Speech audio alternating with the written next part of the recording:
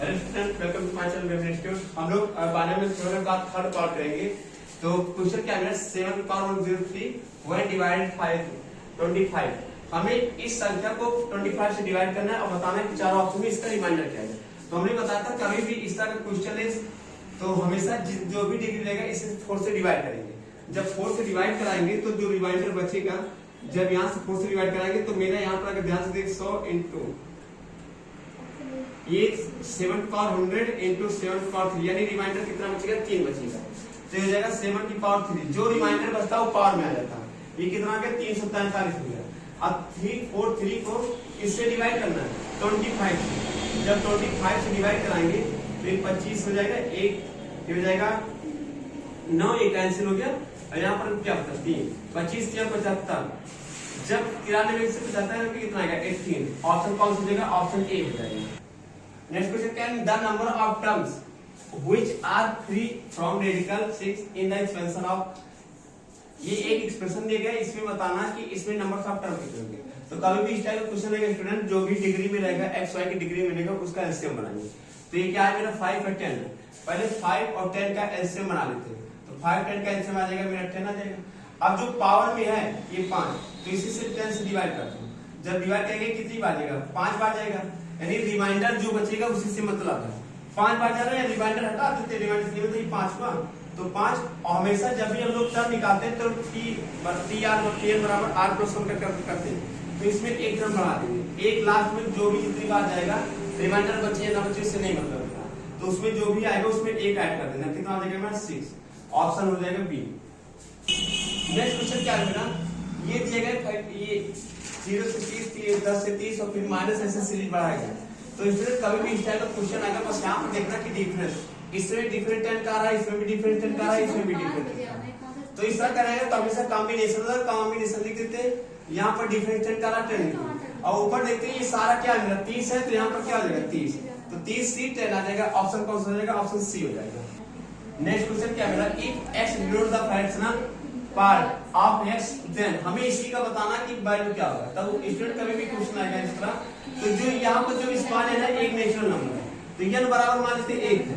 जब n equal to 1 रखेंगे तो 3 की पावर 2 हो जाएगा, यहाँ पर 8 हो जाएगा 9/8। जब यहाँ पर डिवाइड कराएंगे जो रिमाइंडर बचेगा उसे ऊपर रखेंगे। तो ये रिमाइंडर इसका कितना बचेगा 1 बचेगा और नीचे क्या है मेरा 8 है। तो यहाँ पर 8 करते हैं, कितना बचेगा 1/8। नेक्स्ट क्वेश्चन क्या है मेरा, the sum of the numerical coefficient in the expansion of the. इसे अगर लिखना चाहे तो बायनोमियल थ्योरम से भी कर सकते हैं। 1/3 कॉमन है तो 1 प्लस nx 1 प्लस x की पावर n के टर्म में हो गया, तो 1 प्लस n से तोड़ेंगे। इससे ज्यादा जल्दी पड़ जाएगा। तो इसमें क्या करेंगे, इस टाइप क्वेश्चन में x और y को हमेशा 1 मानेंगे। जितने भी वेरिएबल रहेंगे उसे क्या माना जाएगा, 1 मानेंगे। तो जब 1 मानेंगे तो 1 प्लस 1/3 हो जाएगा, प्लस ये हो जाएगा 2/3 और पावर में 12 हो जाएगा। अगर ध्यान से देखें 2 1 3 हो गया, ये 3/3 हो जाएगा और 12 हो गया। ये दोनों कैंसिल, एक यहाँ एक यहाँ, 2 की पावर कितना हो जाएगा 12। ऑप्शन सी हो जाएगा। नेक्स्ट क्वेश्चन क्या है, if C0 C1 C2 Cn दिया गया, denotes of the binomial coefficient in the expression. कभी भी ये C1 C2 दिया गया और 1 प्लस x के टर्म में रहे, बायनोमियल टर्म में रहे, ये जगह नहीं है कि यहाँ पर प्लस हो माइनस भी हो सकता है, ठीक।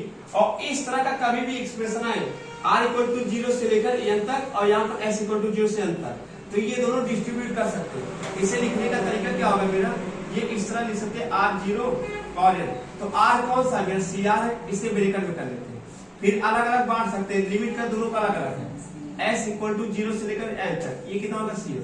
तो कभी भी स्टूडेंट इस टाइप का क्वेश्चन रहेगा, जब आप यहाँ पर 0 रखोगे तो C0 बनेगा, फिर C1 बनेगा, फिर C2 बनेगा, एक सीरीज बनेगा। और सीरीज कौन सा बनेगा, जीपी का सीरीज बनेगा।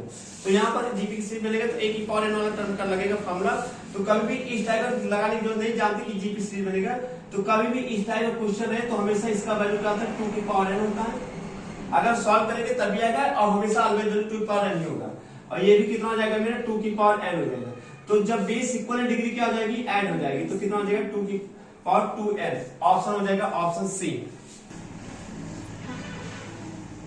नेक्स्ट क्वेश्चन मेरा, इफ C0 C1 सेम ऐसे क्वेश्चन है, बस सबकी बात एक्सप्रेशन अलग दिया गया है। तो चाहे जिस तरह दिया गया हो, आपके पास प्लस में तो प्लस कर देंगे, अगली बार इंटू में था इंटू में कर दिए। बस यही लिखने का अलग अध्ययन, 0 से r नहीं, r का वैल्यू 0 से लेकर कहां तक n तक है और यस का वैल्यू 0 से लेकर n तक है, बस अलग अलग लिख दिया गया। तो हमने बताया था, तो अगर इसको साथ में लेंगे तो इसका भी वैल्यू कितना आ जाएगा 2 की पावर n हो जाएगा, फिर प्लस इन दोनों को साथ में लेके इसका भी वैल्यू कितना आ जाएगा 2 की पावर n, ऐड करेंगे कितना आ जाएगा 2 into 2 की पावर n हो जाएगा। ठीक, अब यहाँ n बराबर क्या होगा, जैसे 2 है तो 2 के स्थान पर यहाँ पर n हो गया, ऑप्शन भी नहीं लगाना स्टूडेंट, जैसे ये मेरा 2 की पावर n है, 2 की पावर n है तो यहाँ n बराबर, तो जो n बराबर है, n बराबर क्या है यहाँ पर 2 है, तो इसी फॉर्म में दिख रहा है, तो यहाँ पर हम लिख सकते हैं n into 2 की पावर n भी लिख सकते हैं। ये पहले दो टर्म के लिए था, तो ये मेरा कितना हो जाएगा, ये एंटर तक क्लिक आ गया, तो इसलिए यहाँ पर एंटर में, इसलिए यहाँ पर क्या कर देगा एंटर करेगा, तो ऑप्शन सी हो जाएगा। नेक्स्ट क्वेश्चन क्या है, if the coefficient of r plus 1 and r plus 2 term in the expression of 1 plus x power 14 are in the AP। Student कभी भी इस टाइप का क्वेश्चन आ जाएगा तो इस तरह के क्वेश्चन में क्वाड्रेटिक इक्वेशन बनता है, तो क्वाड्रेटिक इक्वेशन बनेगा वो सीधा 4 से ही प्रूफ हो पाएगा, तो कभी भी इस तरह करना नहीं। यहाँ पर n का वैल्यू क्या आ गया 14 है, तो चारों ऑप्शन में सबको ऐड करेंगे, जो 14 आ जाएगा वही आंसर, ये 9 से 15 के गलत हो गए, 9 से 16 के, 9 5 14 कौन सा जाएगा ऑप्शन ए। नेक्स्ट क्वेश्चन क्या है, गिवन पॉजिटिव इंटीजर r का वैल्यू क्या है 1 से बड़ा हुआ है और n का वैल्यू क्या है 2 से बड़ा है, and the coefficient of 3r plus 1 terms in the binomial expansion of 1 plus n power 2।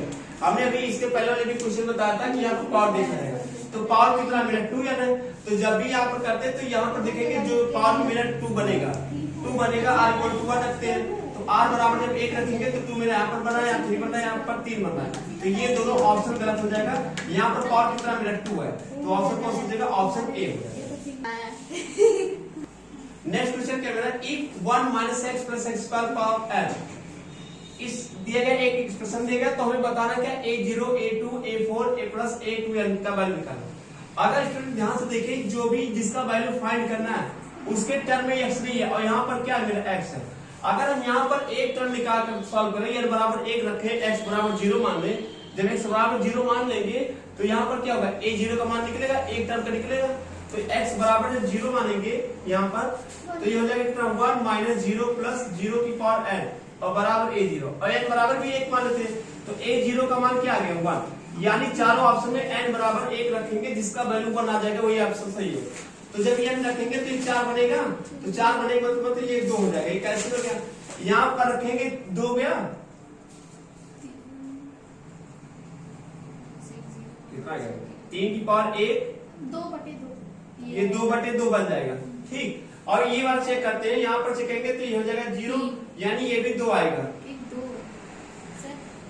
2 आएगा, और यहाँ पर कितना आएगा, एक में से गया 0 तो एक में से ये 0 आ जाएगा, ऑप्शन ए कैंसिल होगा, कितना आएगा ऑप्शन बी हो जाएगा। नेक्स्ट क्वेश्चन क्या बोला, if the expansion of 1 plus ax की power n and natural number है। ठीक, अब यहाँ पर एक दिया गया x का जो वैल्यू है एक्सपेंशन का, ये मेरा 8 है और x स्क्वायर का 24, तो कभी भी इस टाइप का क्वेश्चन आ जाएगा तो देखते हैं इसका, यानी 8 है और 24 है, तो इसमें मल्टीप्लाई दोनों का देखते हैं कि 8 बन रहा है 24 बन रहा है, 8 इसमें भी बन रहा है, इसमें तो नहीं बन रहा है, 8 इसमें भी बन रहा है और इसमें नेगेटिव 8 बन रहा है, तो ये दोनों कैंसिल, और ऑप्शन ये और ये बचा हुआ है। तो यहाँ पर देखते हैं, यहाँ पर पावर 1 था, यहाँ पर 2 था, यानी ये जो इसका वैल्यू होगा इस वाले से छोटा होगा, तो ऑप्शन कौन सा है मेरा, यहाँ पर क्या मेरा ये x का है, ये x स्क्वायर का है, तो ऑप्शन कौन सा है, ऑप्शन ए। स्टूडेंट जो भी क्वेश्चन है कमेंट बॉक्स में जरूर लिखिएगा, लाइक जरूर करिएगा, जैसे कि चैप्टर पढ़ाने पर नोटिफिकेशन जा सके। Thank you.